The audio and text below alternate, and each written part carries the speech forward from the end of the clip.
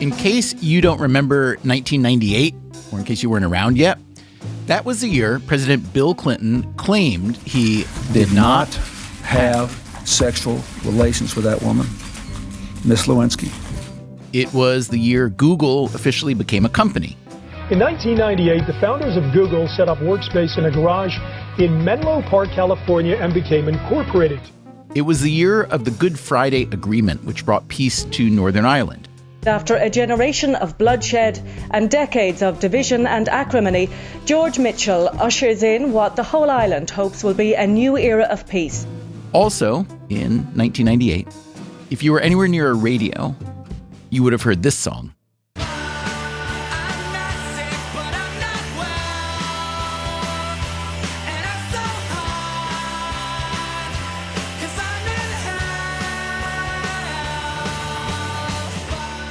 The song is Flagpole Sitta by a Seattle band called Harvey Danger.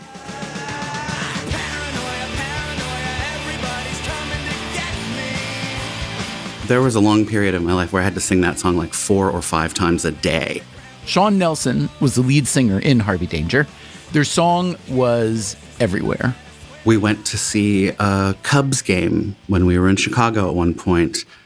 They played the song during the 7th inning stretch and then said, "Ladies and gentlemen, the members of the band are here." Like, we stood up at Wrigley Field. I don't know that we got much of an ovation. It wasn't our idea, but it was like that. Like a lot of hit songs, this one endured. It was played in the 1999 movie American Pie, which itself was a huge hit. It was used as the theme song of the long-running British TV comedy Peep Show. In 2015, a video surfaced on the tabloid website TMZ showing the American whistleblower Edward Snowden at home in Russia making dinner with his girlfriend. And guess what song was playing in the background? Yep.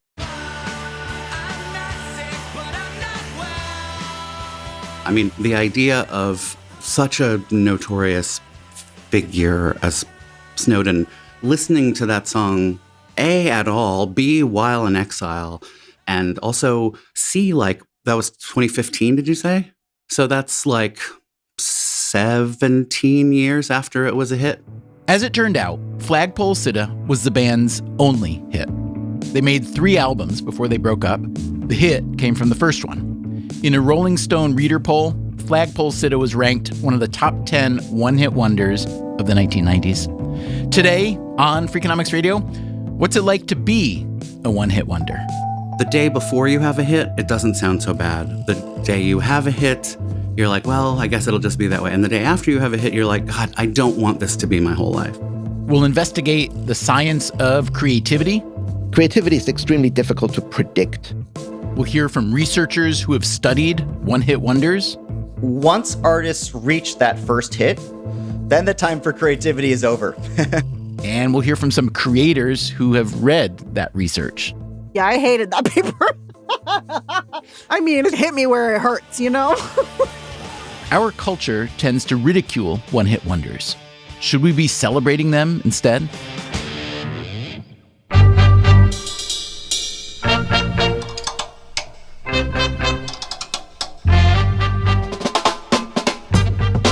This is Freakonomics Radio, the podcast that explores the hidden side of everything, with your host, Stephen Dubner.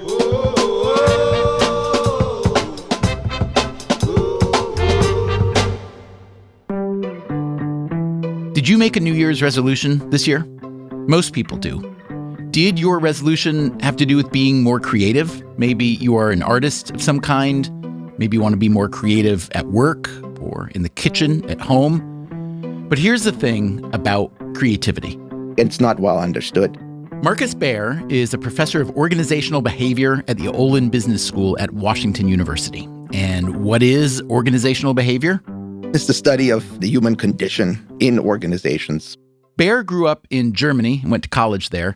He didn't plan to wind up in a business school. He was on a different path, a more creative path, you might say. I was initially interested in clinical psychology and especially parapsychology, but that didn't work out at all. Okay, and what is parapsychology? I was actually studying for a while an experiment which would test whether or not people can transmit information in an extrasensory manner. Most of us know this phenomenon as telepathy. And my colleague didn't believe in the effect. I have to say, no offense, I'm kind of with the colleague. Well, the person who we were working with was a Dutch physicist, and he believed that if we do not believe in the effect, it would not occur, so he fired my colleague. And the entire department turned on me, which I found very, very odd, just because I was affiliated with an experiment that ended up not being run, not because we did anything wrong, just because we were skeptical of the effect. So I have to say, you're an esteemed professor at a great university, WashU. I know you've consulted and taught at big institutions and government agencies in the U.S., at NASA, at the Office of Naval Intelligence, and so on. I'm very impressed that you're willing to share the fact that you were drummed out of psychology because you were a believer in parapsychology. If these institutions like NASA know this about you, do you think that's a negative, a positive, neutral? I think most of them don't know that about me. Wow. They used to not know. I'm interested in interesting phenomena. So I was not very strategic when I chose this. I used to love the X-Files. I'm not sure if you were a fan of... I wasn't, but I know enough to know that it was an interesting show. It was an interesting show, and so I thought this is a phenomenal opportunity to explore a phenomenon about which I don't really know very much. But I spent a good year investigating or preparing for the examination of this phenomenon, and then being let go is, of course, a huge setback. After that huge setback, Baer moved into a different branch of psychology called industrial organization, or IO psychology. When I made this transition to IO psychology, the person I talked to, his name is Michael Fraser, he described the phenomenon that he had observed is that firms often struggle when they innovate. When they adopt innovation, they don't get it right, they backfire. And so he was like, why is this happening? That was the research question. And that focus on innovation then led me to examine creativity, which is the beginning of a journey that culminates in an innovation typically. And just like that, Marcus Baer left the paranormal behind. His story is familiar in a way. When you're trying to do something novel, it's easy to get knocked off the path, whether it's in academia or the business world, just about anywhere. Mainstream society does not offer much encouragement for novelty or creativity. So, Baer wound up studying creativity in a business school. And what has he learned? Creativity is extremely difficult to predict. Even if you look at successful authors, successful scientists, their careers are somewhat clumpy. And no one really knows whether or not you reach a peak and whether or not you reach another peak. Oftentimes you have only one peak. A few years ago, we did a series on creativity, and we spoke with all sorts of artists and innovators, but also scholars of creativity. One of them being the Harvard psychologist Teresa Amabile, who's kind of a giant in the field. She defined creativity as novelty that works. And I'm just curious what you think of that definition and or how you might define creativity. I agree with it. I think there's one word perhaps missing. It's that it potentially works. It's really hard to know what works. Yeah. And I think one easy way to kill things is by saying, well, it doesn't work. Well, it doesn't work just yet. So doing something novel and then demanding that that thing works right away in a way that others can comprehend is really difficult. So we have to be a little bit more generous in the standards that we apply to novel ideas. Okay, so here's a novel research idea that Marcus Baer and a co-author worked on. My co-author, Dirk Deichmann, is in Amsterdam, and he lived above a cookbook store. And he said there was a warm glow at night when he would come home because people were gathering around in the store, cooking. It's rainy in Amsterdam. He's coming home on his bike. He thought, I want to be part of that world.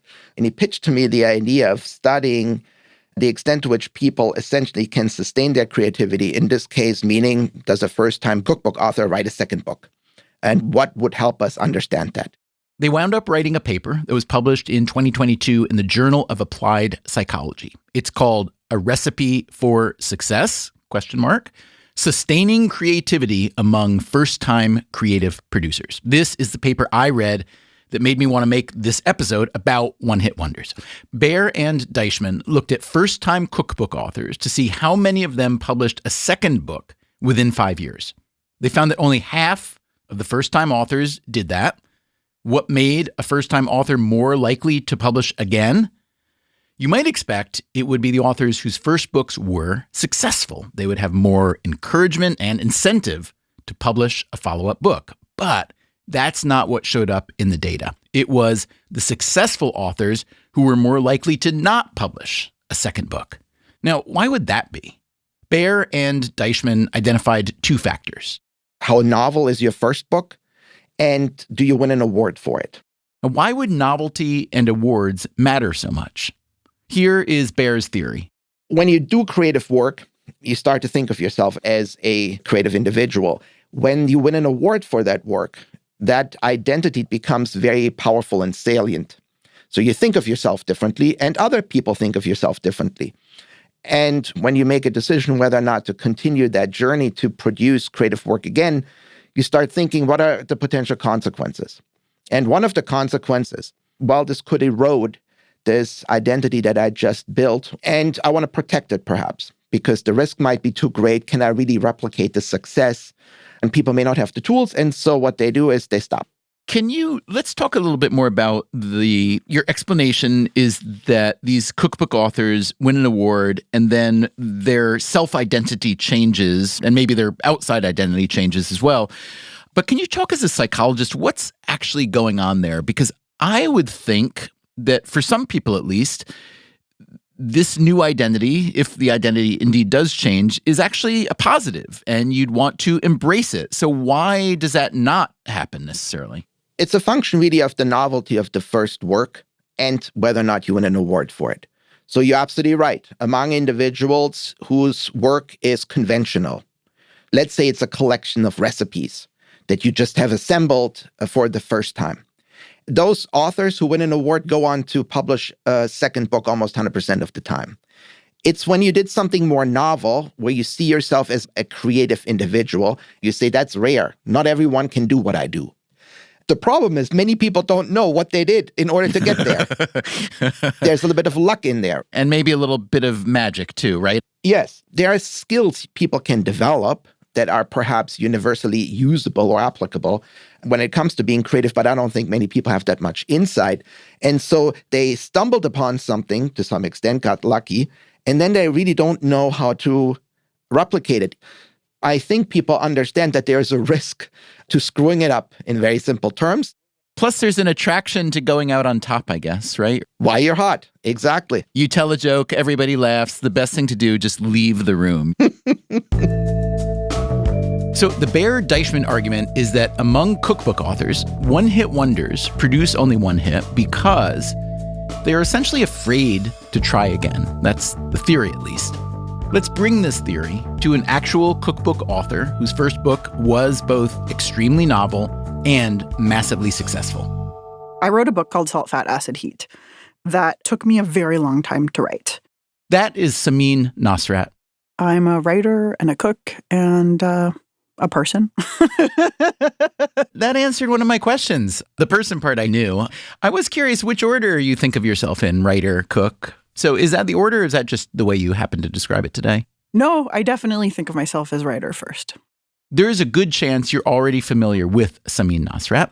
Salt, Fat, Acid, Heat, published in 2017, sold more than 1 million copies in the US alone, and it was turned into a popular Netflix series starring Nosrat.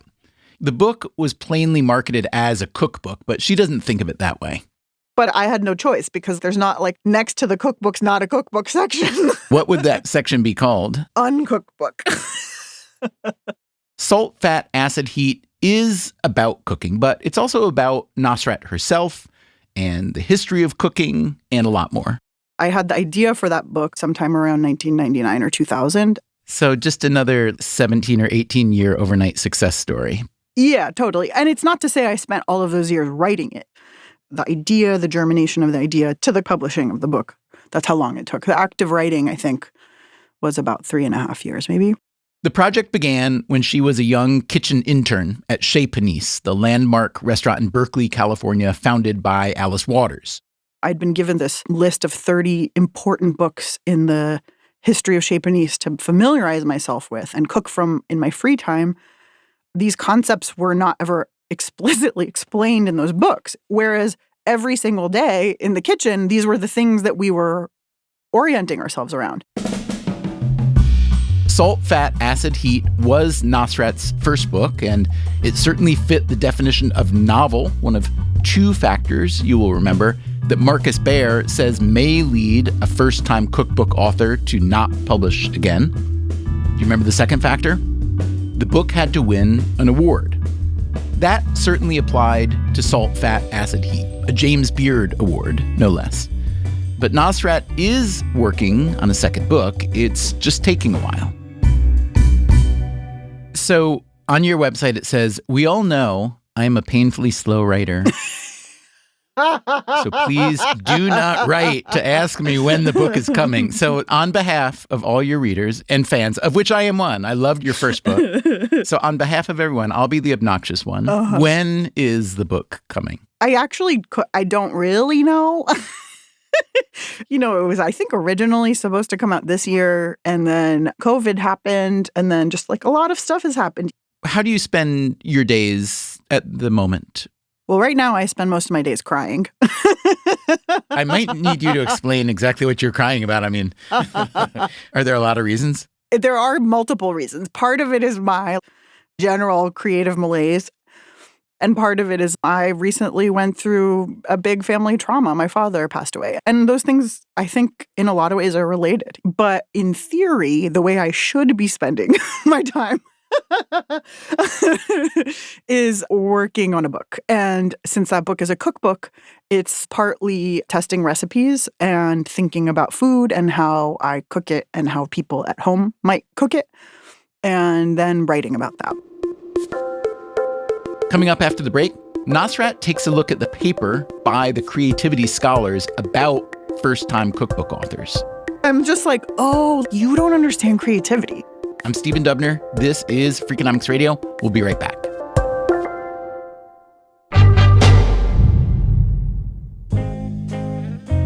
Okay, let's rehearse what we know. The creativity scholar Marcus Baer co-authored a paper which found that writing a particularly novel cookbook and getting recognized for it makes authors less likely to produce a second book within 5 years. In a way, he is pointing to a long-standing phenomenon we're all familiar with, the sophomore slump. That's based on the idea that second-year students get lazy or complacent with their academic work. Baer argues that the sophomore slump applies just as much, if not more, when it comes to creativity. The most significant point in his research is that certain conditions will lead first-time creators to stop producing work altogether. The theory being that a second project could pose a threat to their new creative identity. Baer and his co-author reached this conclusion in part by interviewing first-time cookbook authors. They asked these authors to choose between developing a new idea for a second book or continuing to promote their first book. We gave them choices in an experimental setting and said, do you want to come up with a second idea, or do you rather want to build on what you did? Do you want to design a way of exploiting your success? And to the extent that people say, it feels threatening to me to think about doing this again and not knowing exactly what the outcome will be, those people ended up not choosing that option of developing a second idea. Wouldn't it make sense that someone who creates something novel and it's successful and then has the option to either, as you put it, build on what they've done, exploit that success, versus trying to come up with another novel idea? To me, it makes a lot of sense to want to build on and exploit that success, because successes are inherently anomalous, right? Most things fail. So if I've been lucky enough to come up with something that succeeds, of course, Marcus, I don't want to go back to the drawing board and try to come up with another purely novel idea. If I wrote Chicken Soup for the Soul and it sells 5 million copies, now I want to write Chicken Soup for the automobile, Chicken Soup for the fountain pen, Chicken Soup for the computer console. Doesn't that make a certain amount of sense as opposed to the theory of shirking from the newfound creative identity? It does. And you're absolutely right. One of the first papers written in a journal called Organization Science was about this. tension between what is called exploitation and exploration. So once you explored or you have invested resources into developing novel ideas, you want to exploit that. It's rational. And many authors will make such a decision. And that's why we have so many sequels. Yeah. But there are clearly diminishing returns to those efforts eventually.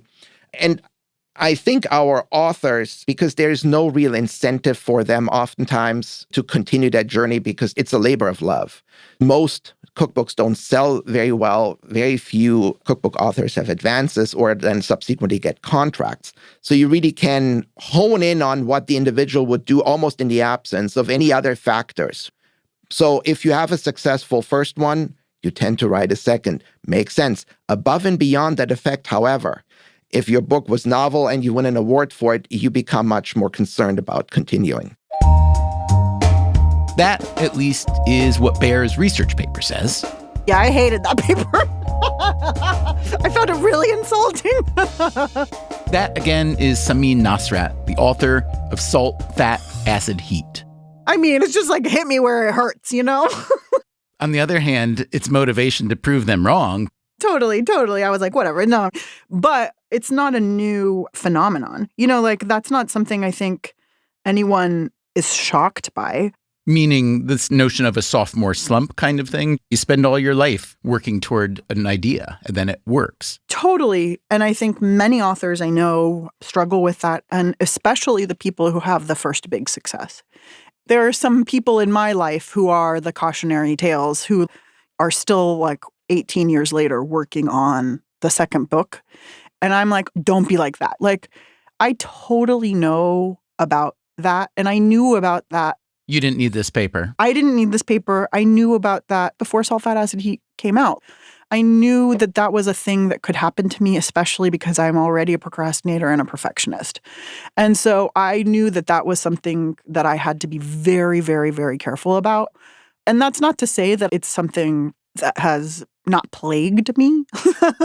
So to me, what they're saying is that, all of a sudden that you've had a success, you are now perceived by others as something that you may not have perceived yourself as, and therefore you're worried that if the next thing you do is not as well perceived or perceived as a creative triumph, then you're an imposter. Mm-hmm. And so the only sensible thing to do is quit and just run away and hide. My sense is that was not the case with you. Like, I get it. And that's not to say that I don't have those like totally neurotic worries. Of course I do. But the part of me that wakes up and is like, ooh, I got to make this thing. Ooh, I got to try that thing. I'm a generator. You know what I mean? I'm a generative person. I'm a creative person. I want to make stuff and share it with the world. And I think ultimately the thing that I produce will be more authentic and more beautiful and more truly me and what I need to make. Creativity's a complicated and ineffable thing. And it's not like I've been sitting around doing nothing. I've been making other stuff. And all that stuff I think will show up in this. Here is some of the other stuff Nosrat has been making. A children's cooking show hosted by Michelle Obama, a podcast called Home Cooking, and for a while she wrote a monthly food column for the New York Times Magazine. That's just time. One way in which this paper, I believe, could apply to you in some ways is that a success like yours especially, which is really large, does create this almost impossibly elevated expectation for what's next. So not only was your first book very, very successful, but you personally are just beloved. People love you. Mm-hmm. So if we know anything from history, very few people go their entire lives being only beloved, unfortunately. Totally. And with a success like yours, matching or exceeding or even getting in the neighborhood is not necessarily so easy.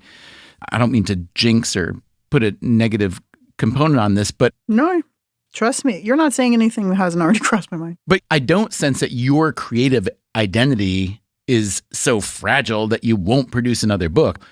But I could imagine that one can think oneself into that sort of trouble. Yes, absolutely. That's entirely a thing that happens. Something I think about and sort of lament privately to myself all the time is that I'm the product. And I think that increasingly When you're an author, and certainly a cookbook author, you become the product in a way that I think wasn't true 20, 30, 60, 80, 200 years ago. Because of the nature of how media and exposure work? Yeah. And when you go to the store right now, there are so many cookbooks where the person's face is on the cover. Yours is not. I ensured that. You know how I ensured that? By having an illustrated cookbook. I totally understand that I am the subject of people's parasocial relationship. You're saying you understand that because you felt that way about people before? Because I have that with other people on TV and the internet too, like who I adore and love, even though I've never met them. So I totally understand what it is to feel that way about somebody you've never met. And I don't fault people or blame them or anything. And also, it's really hard to be that person. It takes an emotional drain, and it's just another part of the psychological challenge. And also probably isn't for my friends who are novelists or write science books or something. Because they're not the product. Exactly. Okay, but let's be honest. You could imagine, after you have managed to produce some kind of hit in a creative field, that you are afraid that the next thing you make won't be as beloved as the last one. Afraid that you will be a one-hit wonder. Afraid that you'll be the answer to a trivia question. One-hit wonders for 1,000, Alex. This Seattle pop band had its one and only hit in 1998 with Flagpole Sitta. Imagine if you told a joke at a party when you were 20. And then every party you ever went to for the rest of your life, the only thing anyone wanted to hear you say, and the only reason you were invited, is because they want you to tell that joke again. It's not quite as funny. It's not quite as thrilling, but there are way worse things, and you feel like a total fool for complaining. It's just a particular little sting in the tail. That, again, is Sean Nelson from Harvey Danger. The frustrating thing, of course, is that still, the success of it is so outsized compared to anything else I have ever done or even really tried to do. And Nelson has done a lot. He's a journalist and an author, a screenwriter and an actor, and he's still making music. An album of Harry Nilsson's songs, for instance, sung by Nelson, backed by a full orchestra. But after all that, he is still best known for singing a song he co-wrote when he was 22. The feeling that the lyrics to Flagpole Sitta were etched on my tombstone the day it was written, that's a thing that I have a hard time escaping. If I'm anything in anyone's mind, it's always going to be as the singer of that song, and then, oh yeah, he did some other stuff too. But in a way that may be better than, I've never heard of this person, why should I care? Alfred Lord Tennyson famously argued that it is better to have loved and lost than never to have loved at all. So, is it better to be known as a one-hit wonder than to have never had a hit at all? We may think of the one-hit wonder as a failure, but it's the kind of failure most creative people would kill for. Because you know who likes to ridicule one-hit wonders? People who have had 0 hits. The odds are very long against any creative work being a hit, such that if it is a hit, that should be celebrated as a giant accomplishment. That is Justin Berg. Like Marcus Baer, he studies innovation and teaches organizational behavior at a business school. In Berg's case, it's Stanford. So many of our favorite songs are what we think of as one-hit wonders. They're great creative acts. I just think the term one-hit wonder should be a positive because no-hit wonder is much worse and much, much, much more common. Berg isn't just saying this. He knows it empirically. He recently published a paper called One-Hit Wonders versus Hitmakers, Sustaining Success in Creative Industries. Because pop music is a much bigger field than cookbook writing, Berg had a lot more data to work with. The final data set is pretty comprehensive. It captures virtually the entire history of pop music from 1959 to 2010. It includes data on over 3 million songs by about 70,000 artists. It took us about 3 years total to build. A lot of data on music exists, but for the purpose of having a comprehensive data set capturing the entire song catalogs of Like, we wanted every artist to ever have a hit, and then every artist to ever be signed by a hit label. When you say a hit label, you just mean a label that has had hits or a hit? Exactly. So we ended up cross-referencing Spotify, Apple Music, and then 2 crowdsourced platforms called Music Brains and Discogs. And then, of course, we integrated that with the entire history of the Billboard Hot 100. Okay, so what did Justin Berg learn from this broad and deep analysis of pop music hits? Here is one amazing statistic. Of those 70,000 artists in his database, 93% never had a single hit. And of the 7% who did have a hit, nearly half had only one hit. Maybe it's because he is a professor of innovation at a top business school, but Berg was more interested in the 7% of the hit makers than the 93% of the failures. And here's what he really wanted to know. What's the difference between a one-hit wonder and a repeat hitmaker? He suspected the answer may lie in what's called path dependence. Path dependence is the idea that what happens early in a process can limit the range of options that you have by the end of that process. And what we see in the data is strong evidence for path dependence in artists' careers. An artist's path to sustained success depends on the creativity in their portfolio of songs at the time of their first hit song. The creativity in their portfolio of songs at the time of their first hit song. How do you measure that? Berg did it systematically. He used a machine learning algorithm that examined every song on a variety of sonic features: tempo, time signature, danceability, several others. And then he indexed each song on 2 dimensions: novelty and variety. So novelty is how unique artist songs were compared to what was popular at the time. And variety is how much diversity the artist had within their own portfolio of songs. And here's what he found. Artists who reached their initial hits with more creative, meaning more novel or more varied portfolios, were more likely to keep generating hits, while those who reached their initial hits with less creative portfolios, so more typical, more homogenous, they were more likely to become one-hit wonders and not ever have a hit again. So when I hear that, I think, well, yeah, that makes perfect sense. You're telling me that more creative artists are more creative for longer. Mm-hmm. So what's surprising about that? So first off, there's a trade-off here. New artists who build novel portfolios are less likely to ever have a hit. They're more likely to strike out and we never hear about them. And then once artists reach that first hit, then the time for creativity is over.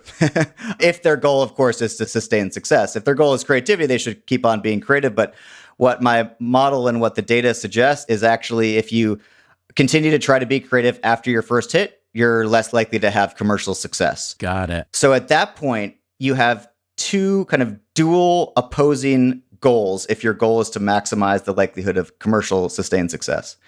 The first is what we call relatedness. And that is the idea that you want your new songs to sound like your old songs. So that's really about leveraging your existing portfolio. And then the second somewhat opposing goal is you need to adapt to the market. The problem is your old songs are stuck in time. And what we find is that artists who reach their initial hits with more creative portfolios are better able to pull off this balancing act between these 2 opposing goals over time. Okay, so name some artists who pull off this balancing act and become repeat creative hit makers. I mean, so many of our favorite artists fit the model really well. The quintessential artist that fits the model extremely well is Shania Twain.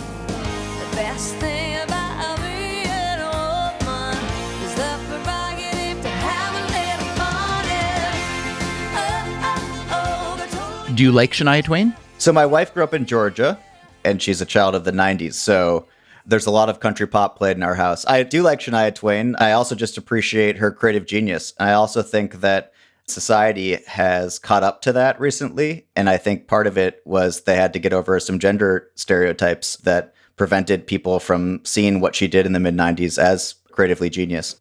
Okay, name a couple other good examples of continuing creativity in the pop music space. The Supremes, Marvin Gaye, Elton John, Beyonce, Janet Jackson, The Carpenters. Taylor Swift is not in the study because you had to have your first hit by 2005 to qualify for the study. But I have run the numbers and she fits the model quite well, which intuitively, if you think of her early portfolio, makes sense. It was both novel and varied. So the Supremes catch my ear because they didn't write their music, right? As far as I know, they were part of the Motown machine. So does this apply equally whether one is just a performer or a performer and a writer? So the results are a bit stronger when you write your own songs, but it actually still holds when you don't write your own songs. One reason for this is working with an artist as a songwriter, as a producer, as an executive means working with their portfolio. Portfolios are these enduring entities that exist, especially when the portfolios have had broad success already. People are familiar with them. And so the path dependence comes from the portfolio having enduring effects, and that when you start working with an artist, even if it's a new collaboration, you end up listening to their songs, are already familiar with them. And then you work within that portfolio and your assumptions work within that portfolio. Now, this perhaps just reflects my lack of appreciation for the Carpenters, but in my mind, all their songs sound kind of the same. Well, that's actually what's optimal after their initial hit. Early on, if you go back to their original stuff, you're going to hear more variety than what would be best for any artist after their initial hit, which is relatedness, making sure that your new songs stay true to your signature sound, or that what audiences have appreciated about your sound in the past. That would explain maybe ABBA as well? Exactly. ABBA's a great fit for the model, especially on the relatedness dimension. But I have to say, as someone who likes to think artistically or creatively generally in my life, that's a bummer. Like the last thing in the world I'd want to do. But look at me. I'm hosting a weekly radio show for 12 years now. But this is a thing I struggle with, which is how can I constantly change enough things to not make it feel like I'm painting by numbers? So do you have any advice for that? You've been successful. You've been doing this thing. People like it. You understand that relatedness is important, even valuable. But also, you're a human. Your tastes and appetites and curiosities are always changing. So how do you balance that? I totally understand the feeling that it's all a big bummer, that the time for creativity is early in your career and then it's over after you make it. But I think that's not the best way to look at it. You should look at the challenge that you face after your first hit as a creative challenge. You want to always throw a bone to your listeners who have been with you for a long time, but then also bring them along to new topics, new domains, new ideas. And then you can also run some experiments on the side, right? So while you're continuing with that mainstream of relatedness, you can experiment with some things to either help your creative outlet or potentially run some side experiments that you can work into that mainstream. Coming up after the break, why couldn't Harvey Danger pull off a second hit? And will Samin Nosrat be a one-hit wonder? I'm Stephen Dubner. This is Freakonomics Radio. We'll be right back.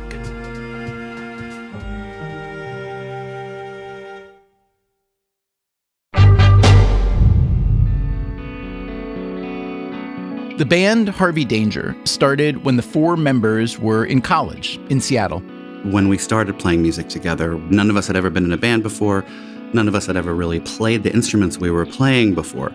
That, again, is lead singer Sean Nelson. And so every time we would finish a song at all, it felt sort of like an extra accomplishment just for having overcome our own method. When they wrote Flagpole Sitta, the song that became their only hit, it just seemed different. There was an element of like, not that we wrote a thing, but that we found a thing. A very energetic, punk-ish kind of feeling, and also a kind of classical bubblegum pop sensibility. And it just sounded so good right away. It sort of announced itself as a song you can't avoid, a song you can't ignore. The budget for their first album was just $3,000. It was put out by a small independent label. Expectations were not very high. I handed a copy of our record to a DJ in Seattle, and he would sneak it into regular rotation. And apparently every time he did that, there would be a lot of phone calls, and it would be people saying, "What was that?" It took some time, but as we heard earlier, Flagpole Sitta turned into a massive hit. Radio, American Pie, Wrigley Field, Edward Snowden. When it came time to make a second record, we were torn because our impulse was to get as far away from the style of Flagpole Sitta as we possibly could. And so the first draft of the second Harvey Danger album was very dour, almost mournful, because by that time, the One Hit Wonder track really did feel like something we had been kind of relegated to, not necessarily by fate, but just by the people we were working with at the record label. So here is the creator's dilemma. The band wants to keep evolving, but according to the research by Justin Berg from Stanford, that comes with a cost. If their goal is creativity, they should keep on being creative. But if you continue to try to be creative after your first hit, you're less likely to have commercial success. There were some other problems. Because of a record label merger, the band didn't even know who owned their recording contract, and it was unclear if they'd even get to release their second album. So that took a while. And by then, it seemed like the whole world had changed and some sort of generational turnover had happened. Now it was like either Britney Spears or Limp Bizkit, except then occasionally a thing like The Strokes. And none of those things had anything to do with what we were doing. We then found ourselves squarely in an area that had absolutely no place for us. I think this is a media problem where it's a what have you done for me lately problem. Justin Berg again from Stanford. The media contributes to music being a very high churn industry. So we like to celebrate novelty. We talk about, the importance of novelty in these creative industries, but really what's successful on average is typicality. So, in the music industry, that would be songs that are similar to what's been recently popular. Do you happen to remember Flagpole Sitta by Harvey Danger? No. So Berg didn't know the name of the song. To be fair, a lot of people don't. But once we started playing it for him... Yep. I remember it. Yeah. Does that bring back any memories from your youthful listening? Well, yes, because I played Ultimate Frisbee in high school, and we used to write cheers for the teams that we played, and we wrote a cheer to that song. Get out of here. Really? Uh-huh. Yep. So the story is we were a new Ultimate team, and we went and played the perennial champions at Amherst Regional High School in the national championships. And not long before we played, YM Magazine had done a feature on the Amherst Ultimate team. It was called something like The Ultimate Guys. So we had to work that into our cheer, obviously. And I think it was, we had visions, you were in them, we were looking into a YM. So that's the memory. It's impressive that you have such a concrete memory and affiliation with a song that you didn't even know the name of. Indeed. Now, we spoke with one of the guys from that band, and he said that their hit song, and it was truly their only anything resembling a hit, but he said that their one hit was very different from everything else on the rest of the album, and that was their first album. The second album was also really different. So is the fact that they came to be known as a one-hit wonder pretty consistent, would you say, with your findings? What the data suggests is that all the songs in the portfolio at the time of the initial hit matter, but that the hit matters the most, obviously, for shaping expectations in the market. And so if that's not their bread and butter, that's not going to set them up for success to do this balancing act of balancing relatedness and adapting to the market. But again, in a world where 93% of musicians with hit labels have 0 hits, shouldn't having even one feel like a major triumph? Sean Nelson again from Harvey Danger. I look back on it as like, yeah, that was really good. We had a version of an experience that almost no one ever gets. And then also, quite apart from all the other stuff we've been talking about, we were vindicated in a way. Our interest in being in a band instead of trying to get some sort of career track job in the real world or whatever, it was validated, at least for a while. And remember what we learned from Marcus Baer and his study of first-time cookbook authors. That first hit can add a lot of pressure. Some pressure, I've done a study on that as well. Some pressure is good. Extreme pressure is not very helpful. Most people don't do their best work, their best creative work under those conditions. So how should a creator approach that situation? Don't take yourself too seriously. Take the work seriously. Take the process that guides your work seriously.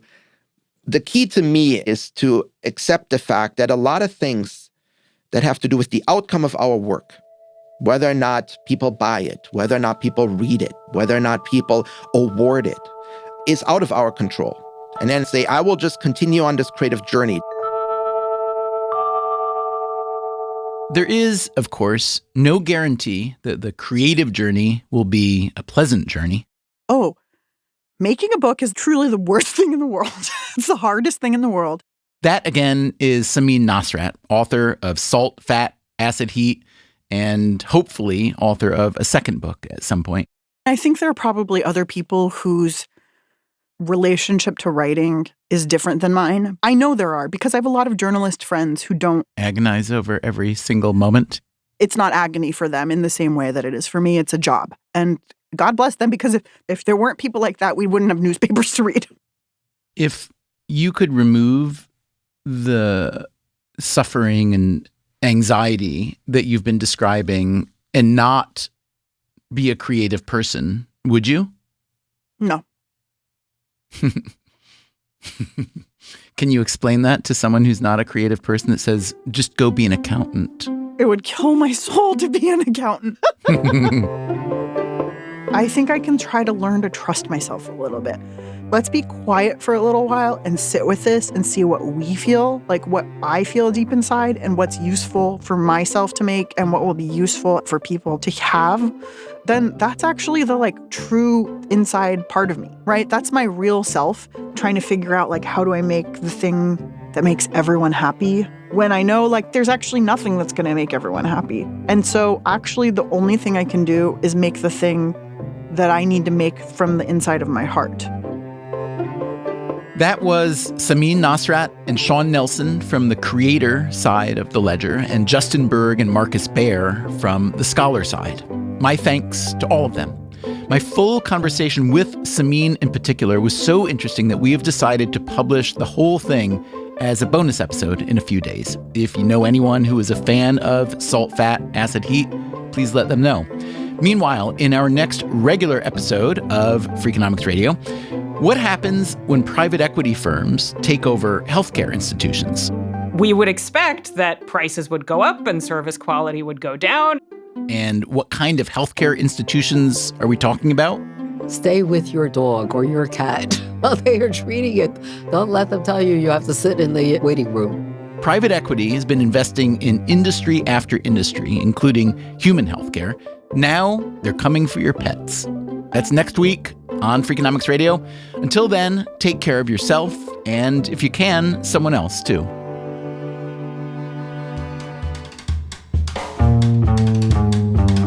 Freakonomics Radio is produced by Stitcher and Renbud Radio. You can find our entire archive on any podcast app or at Freakonomics.com, where we also publish transcripts and show notes. This episode was produced by Morgan Levy and mixed by Greg Rippin with help from Jeremy Johnston. Our staff also includes Zach Lipinski, Ryan Kelly, Catherine Moncure, Alina Kuhlman, Rebecca Lee Douglas, Julie Canfer, Eleanor Osborne, Jasmine Klinger, Daria Kleinert, Emma Terrell, Lyric Bowditch, and Elsa Hernandez. The Freakonomics Radio Network's executive team is Neil Carruth, Gabriel Roth, and me, Stephen Dubner. Our theme song is Mr. Fortune by the Hitchhikers, at least until we replace it with Flagpole Sitta. All the other music is composed by Luis Guerra. As always, thanks for listening. It's not, I would say, a novel. Oh, wait, God, did I just make a pun by accident?